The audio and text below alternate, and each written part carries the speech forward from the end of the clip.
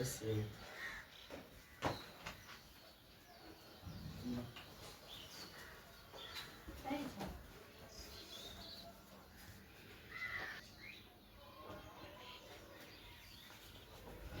पहलिया ध्यान से देखो यहाँ, ठीक है, ये चीज को समझाना पड़ता है तुम लोगों को।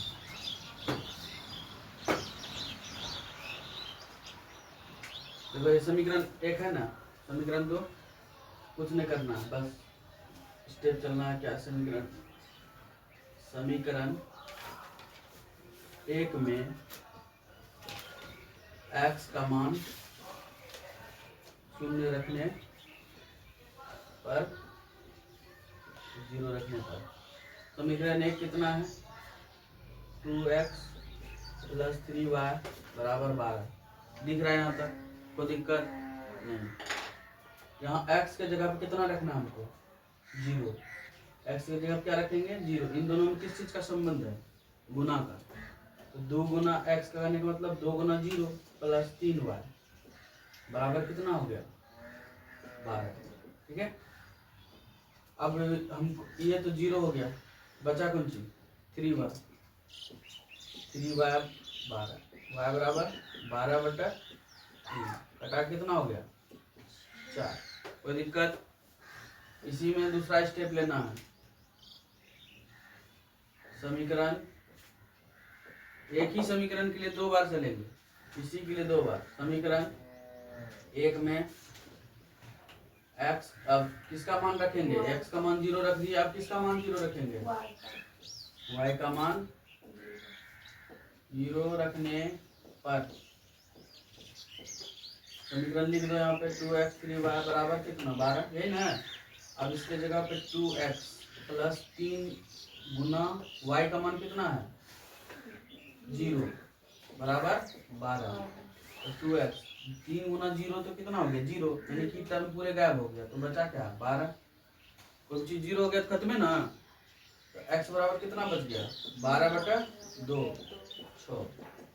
एक समीकरण का हमें बॉक्स रेडी करना है, ऐसे करके, ठीक है। ये बॉक्स बनाओ, x लिखो, y लिखो। जब हम x का मान 0 रखे तो y का मान हमें क्या आया, 4। जब हम y का मान 0 रखे तो x का मान क्या आया, तुम्हारा एक समीकरण का बॉक्स रेडी है, यानी एक रेखा बनाने के लिए रेडी है। एक समीकरण से ये वाला प्रोसेस करना है, सेम यही प्रोसेस दूसरे वाले समीकरण में भी करना है। वही करना है कि x का मान 0 रखने पर समीकरण खाली बदल जाएगा, बाकी सब चीज वही रहेगा। इसको नोट करो फटाक से, दूसरा बताते हैं। पूरा ग्राफ बताएंगे एक लाइन से, जल्दी करो फटाक से, जिसका नहीं हुआ है।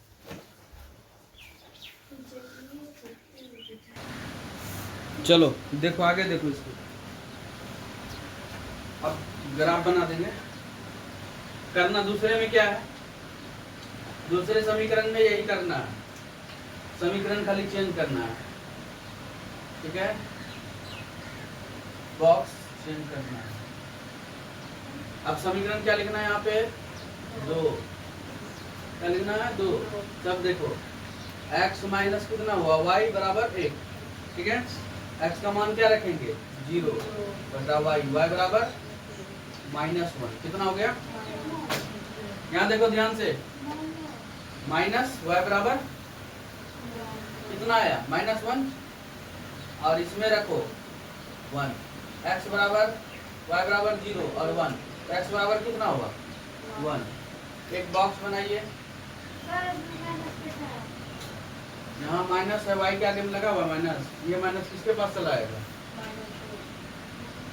यहाँ देखिए x और y, इसीलिए तो कहते हैं स्टेप बाय स्टेप देख लो, फिर आगे बनते रहियो। कहाँ क्या होता है लॉजिक तुम पहले से नहीं जानती है, बच्चे से अभी ना सीखना स्टार्ट किया है, हर एक स्टेप सीख लो, उसके बाद बनाना। x का मान 0 रखे, y का मान कितना आया, यहाँ कोई प्रॉब्लम हो गया, उतारिए फटाक से। सब स्टेप सीखना पड़ता है, नहीं तुमको पता नहीं ना पहले से कैसे माइनस आया। चलिए आगे, देखिए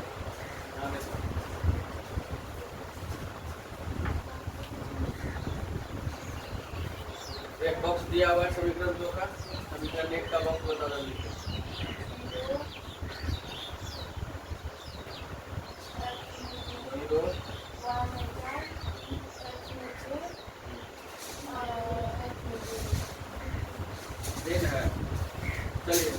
अधिकतम x का मान कितना है? 6 है। और y का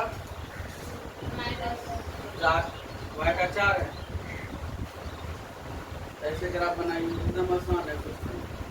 तो इधर भी ऊपर y का मैक्सिमम 4 है, तो 1 2 3 4, 1 2 3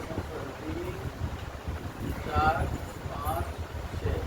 एक डिस्टेंस बराबर करके ले लियो, 1 2 3 4 5 6। अगर -1 -2 और इधर -1 -2। ठीक है, देखिए x का मान कितना है? y का मान 1 2 कितना है? ये ना y का मान। और अब देखो x का मान कितना है? 6 कहाँ है? यहाँ ना, देखो एक लाइन में दिख रहा है।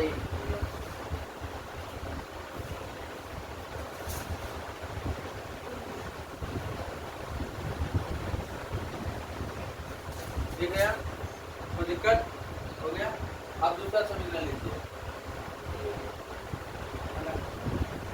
इसका मान यहाँ कितना मान हुआ? 0 4। यहाँ कितना हुआ? 6 0 6 और इसमें लीजिए x का मान 0, y का मान -1, y का मान यहाँ आएगा। आएगा कि जाएगा? और x का मान कितना है? मान खत्म। ये दोनों लाइन आना बना दीजिए। बन गया। देखो कहाँ पे कट रहा है, ग्राफ में कहाँ पे कट रहा है? 2 पे, 2 और 3 पे। ग्राफ में देखो ये 3 पे हुआ। x का मान कितना हुआ? 3, y का मान 2। आंसर तुम्हारा